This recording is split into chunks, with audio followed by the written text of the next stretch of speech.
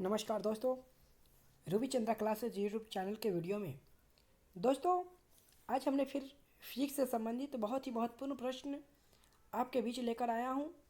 दोस्तों यह जो प्रश्न हम आपके बीच लेकर आए हैं वो बहुत ही इम्पोर्टेंट और VVI है। वह हर एक किसी न किसी एग्ज़ाम से रिलेटेड है और पूछे गए प्रश्न हैं। तो चलिए दोस्तों अब हम स्टार्ट करते हैं। प्रश्न एक से शुरू करते हैं।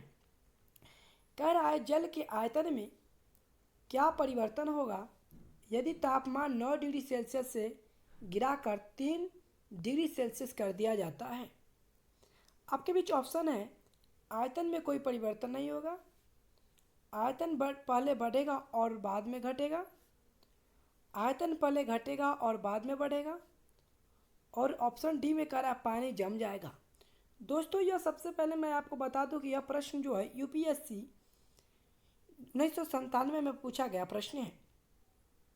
तो दोस्तों इसका सही आंसर जो होगा वह आपके बीच सी नंबर हो जाएगा। आयतन पहले घटेगा और फिर बाद में बढ़ेगा। चलिए दूसरे नंबर प्रश्न की ओर बढ़ते हैं। कह रहा है एक बीकर में पानी पर बर्फ तैर रही है। जब बर्फ पूर्णतः पिघल जाएगी तो बीकर में पानी का तल क्या होगा। यह प्रश्न भी है आपको आरआरबी एनटीपीसी के एग्ज़ाम में 2004 और एमपीपीएस मध्य प्रदेश एग्ज़ाम 2001 में पूछा गया है, जो यहाँ पर मिस्टेक है। तो दोस्तों पहले ऑप्शन में है बढ़ेगा, फिर बी में घटेगा, सी में उतना ही रहेगा और डी में पहले बढ़ेगा और बाद में घटेगा।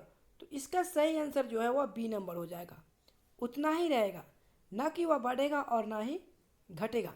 चलिए नेक्स्ट प्रश्न की ओर बढ़ते हैं। नेक्स्ट प्रश्न में कह रहा है कि यदि जब किसी बोतल में पानी भरा जाता है और उसे जमने दिया जाता है तो बोतल टूट जाती है, क्योंकि आपके बीच ऑप्शन है पानी जमने पर फैलता है, ऑप्शन बी में दे रहा है बोतल हिमांक पर सिकुड़ती है, और ऑप्शन सी दे रहा है बोतल के बाहर का ताप कर्व अंदर से ज़्यादा होता है, और ऑप्शन डी में कह रहा है पानी गर्म करने पर फैलता है। दोस्तों यह प्रश्न जो है यूपीएससी 1995 में पूछा गया प्रश्न है। तो दोस्तों इसका सही आंसर जो होगा वह ए नंबर हो जाएगा, पानी जमने पर फैलता है। तो इस तरह से आपका तीसरे नंबर प्रश्न का ऑप्शन ए हो जाएगा। चलिए चौथे नंबर प्रश्न पर चलते हैं। चौथे नंबर प्रश्न में कह रहा है सड़क पर चलने की अपेक्षा बर्फ पर चलना कठिन होता है, क्योंकि ऑप्शन ए में कह रहा है बर्फ सड़क से सख्त होती है, यानी बहुत कठोर होती है। सड़क बर्फ से सख्त होती है, मतलब सड़क जो होगा वह बर्फ से सख्त होगा। और ऑप्शन सी में कह रहा है जब हम अपने पैर से धक्का देते हैं तो बर्फ कोई प्रतिक्रिया व्यक्त नहीं करती है। और ऑप्शन डी कह रहा है बर्फ में सड़क की अपेक्षा घर्षण कम होता है। दोस्तों मैं आपको बता दूं कि यह प्रश्न भी आपको यूपीएससी 1994 और बिहार पॉलिटेक्निक 2007 में पूछा गया प्रश्न है। तो दोस्तों इसका सही आंसर जो हो जाएगा वह आपके बीच इसका सही आंसर जो हो जाएगा वह डी नंबर हो जाएगा। बर्फ में सड़क की अपेक्षा घर्षण कम होता है, इसी कारणवश हमें चलना कठिन होता है। चलिए नेक्स्ट प्रश्न की ओर बढ़ते हैं। नेक्स्ट प्रश्न में कह रहा है कि एक नदी में चलता हुआ जहाज समुद्र में आता है, तब जहाज का स्तर पहले जितना होगा, थोड़ा ऊपर आएगा, थोड़ा नीचे आएगा, ऊपर या नीचे होगा, जो उसमें पड़े हुए भार पर निर्भर करता है। दोस्तों यह भी प्रश्न जो है सीडीएस के एग्जाम 2004 में पूछा गया है। तो दोस्तों इसका सही आंसर जो होगा वह आपके बीच बी नंबर हो जाएगा, थोड़ा वह ऊपर आएगा। चलिए नेक्स्ट प्रश्न की ओर बढ़ते हैं। नेक्स्ट प्रश्न में कह रहा है कि लोहे की कील पारे में क्यों तैरती है जबकि यह पानी में डूब जाती है। लोहे की कील जो है वह पारे में क्यों तैरती है जबकि यह पानी में रखते ही डूब जाती है। तो आपके बीच ऑप्शन है लोहे की पारे से रासायनिक क्रिया की प्रवृत्ति पानी की तुलना में कम होने के कारण, ऑप्शन बी में कह रहा है लोहे का भार पानी से अधिक है तथा पारे से कम।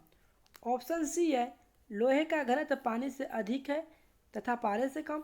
और ऑप्शन डी में कह रहा है पारा पानी से भारी है। और यह भी प्रश्न यूपीएससी के 1994 में पूछा गया प्रश्न है। तो दोस्तों इसका सही आंसर जो होगा वह सी नंबर होगा। लोहे का घनत्व पानी से अधिक है तथा पारे से कम होता है, इसीलिए वह पानी में डूब जाता है और लोहे की कील जो होता है वह पारे में तैरने लगता है। चलिए नेक्स्ट प्रश्न की ओर बढ़ते हैं। चलिए नेक्स्ट प्रश्न में आते हैं। नेक्स्ट प्रश्न में कह रहा है पानी का घनत्व अधिकतम होता है। ऑप्शन ए में है 100 डिग्री सेल्सियस पर, ऑप्शन बी में है 4 डिग्री सेल्सियस पर, ऑप्शन सी में है 0 डिग्री सेल्सियस पर और ऑप्शन डी में है -4 डिग्री सेल्सियस पर। दोस्तों यह प्रश्न जो है जो बीपीएससी के एग्जाम में 1998 में पूछा गया प्रश्न है। तो दोस्तों इसका सही आंसर जो होगा वह 4 डिग्री सेल्सियस पर होगा। चलिए नेक्स्ट प्रश्न की ओर बढ़ते हैं। कह रहा है वस्तु की मात्रा बदलने पर अपरिवर्तित रहेगा। वस्तु की मात्रा बदलने पर अपरिवर्तित रहेगा। तो दोस्तों इसका ऑप्शन ए में आयतन, बी में भार, सी में द्रव्यमान और डी में घनत्व है। तो दोस्तों इसका सही आंसर जो होगा वह डी नंबर हो जाएगा।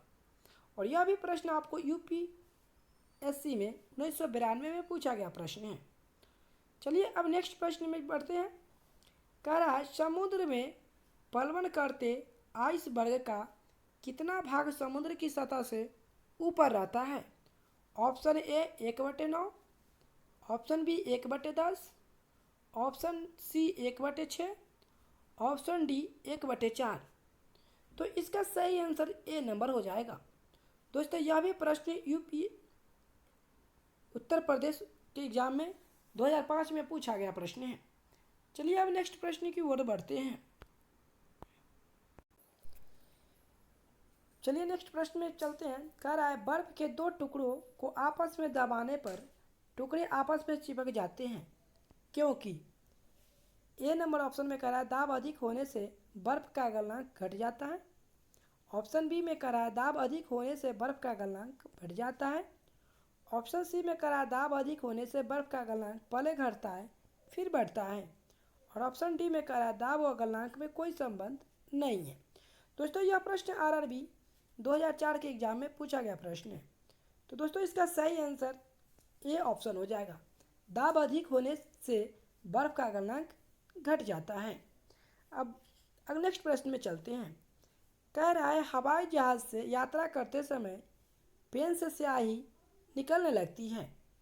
ऑप्शन ए वायु दाब में कमी के कारण, ऑप्शन बी वायु दाब में वृद्धि के कारण, ऑप्शन सी स्याही के आयतन में वृद्धि के कारण। उसके बाद ऑप्शन डी में कह रहा है अत्यधिक भार के कारण। दोस्तों यह यूपीएससी के एग्जाम 1992 में पूछा गया प्रश्न है। तो इसका सही आंसर ए ऑप्शन हो जाएगा। वायु दाब में कमी के कारण जो होता है जब जहाज़ में यात्री होते हैं बैठे तो उनके कलम जो होते हैं वह स्याही निकलने लगता है, इंक जो होता है निकलने लगता है। नेक्स्ट प्रश्न की ओर बढ़ते हैं। नेक्स्ट प्रश्न में कह रहा है कि ऊंचाई की जगहों पर पानी 100 डिग्री सेल्सियस के नीचे के तापमान पर क्यों उबलता है।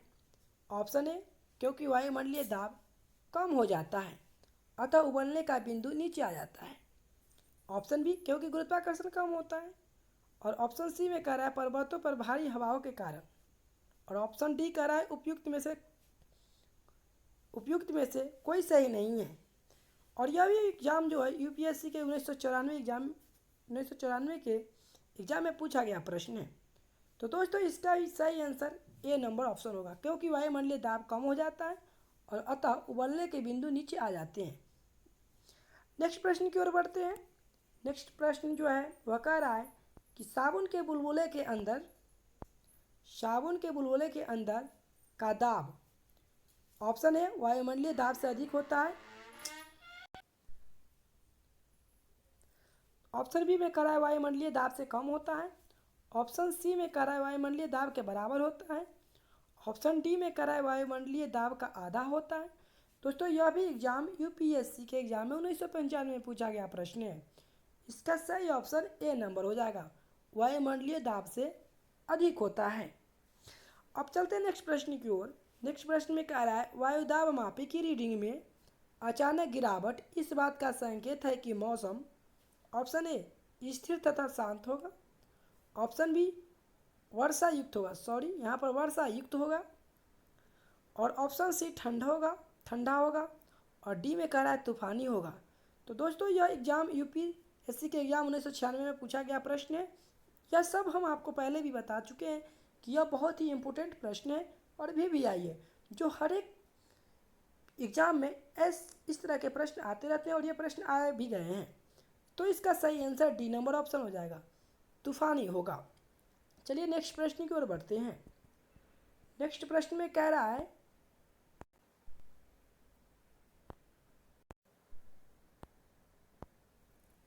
तो दोस्तों नेक्स्ट प्रश्न में कह रहा है कि प्रेशर कुकर में खाना जल्दी पकता है क्योंकि ऑप्शन ए में कह रहा है अधिक दाब पर पानी कम तापक्रम पर उबलने लगता है, ऑप्शन बी में कह रहा है अधिक दाब पर पानी अधिक तापक्रम पर उबलने लगता है, ऑप्शन सी में कह रहा है पानी 100 डिग्री सेल्सियस पर ही उबलता है लेकिन अधिक दाब पर ऊष्मा की मात्रा अधिक होती है, ऑप्शन डी में कह रहा है कुकर के अंदर संवहन धाराएं उत्पन्न हो जाती है।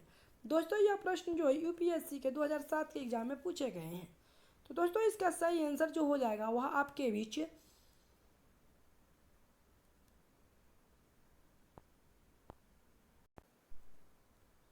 तो इसका सही आंसर जो होगा वह पी नंबर हो जाएगा, अधिक दाब पर पानी अधिक तापक्रम पर उबलने लगता है।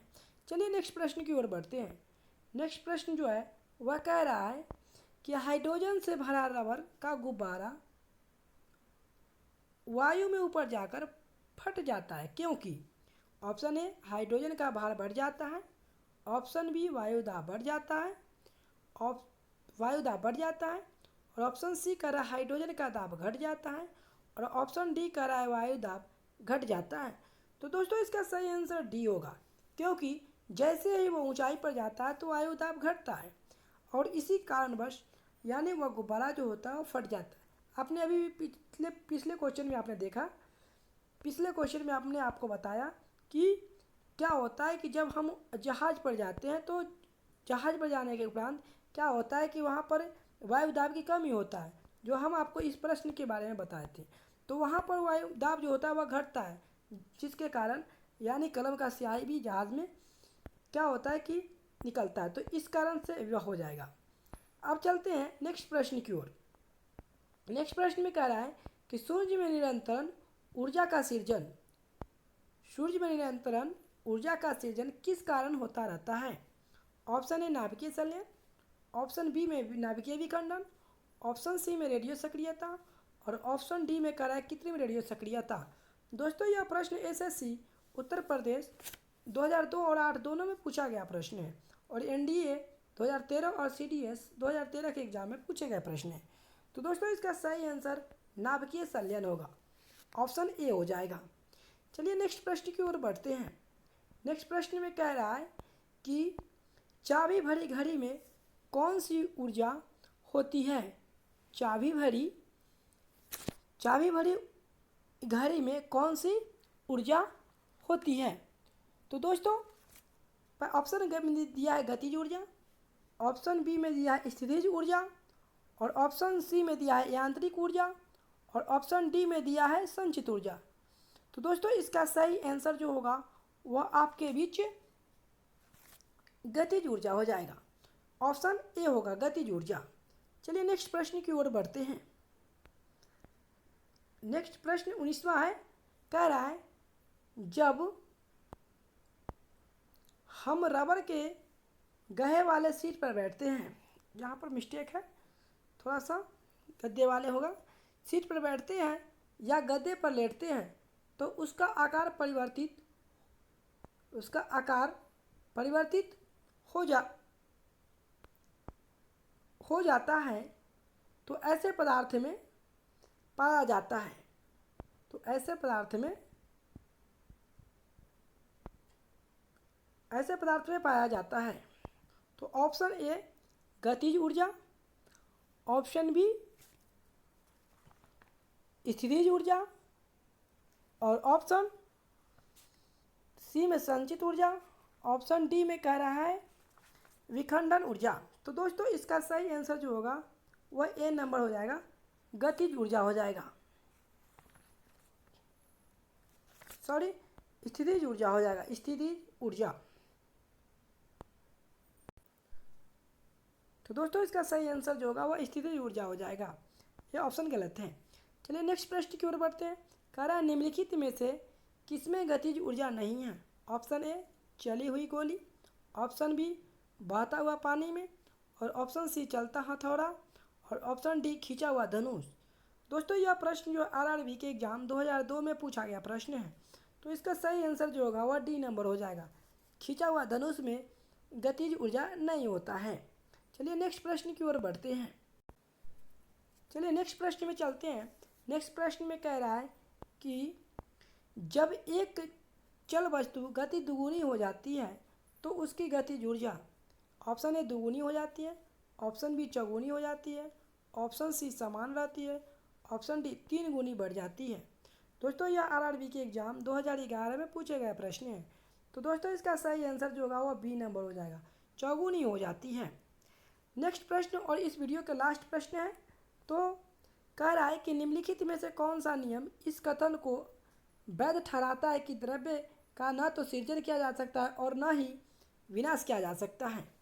ऑप्शन ए में ऊर्जा संरक्षण का नियम, और ऑप्शन बी में करा ले साटेलियम का नियम, और ऑप्शन सी करा द्रव्यमान संरक्षण का नियम, और ऑप्शन डी करा है प्रसारण का नियम। यह भी प्रश्न जो एसएससी के एग्जाम में 2005 में पूछा गया प्रश्न है। तो दोस्तों इसका सही आंसर जो होगा वह ए नंबर हो जाएगा, ऊर्जा संरक्षण का नियम होगा। तो दोस्तों आज के लास्ट क्वेश्चन के साथ हमने यह वीडियो को समाप्त किया। तो दोस्तों जितने भी प्रश्न इस वीडियो में थे वह सब के सब महत्वपूर्ण थे, प्रत्येक एग्जाम में पूछे गए प्रश्न ही थे। फिर हम नेक्स्ट वीडियो में इसी टाइप के प्रश्न लेकर आएंगे। आपको कैसा लगा वीडियो कमेंट करके ज़रूर बताएं। और हाँ दोस्तों, हमारे वीडियो के नोटिफिकेशन प्राप्त करने के लिए हमारे चैनल को सब्सक्राइब कर लें और अपने दोस्तों में इस वीडियो को शेयर करें। फिर हम नेक्स्ट वीडियो में मिलते हैं। Okay bye all of you friends.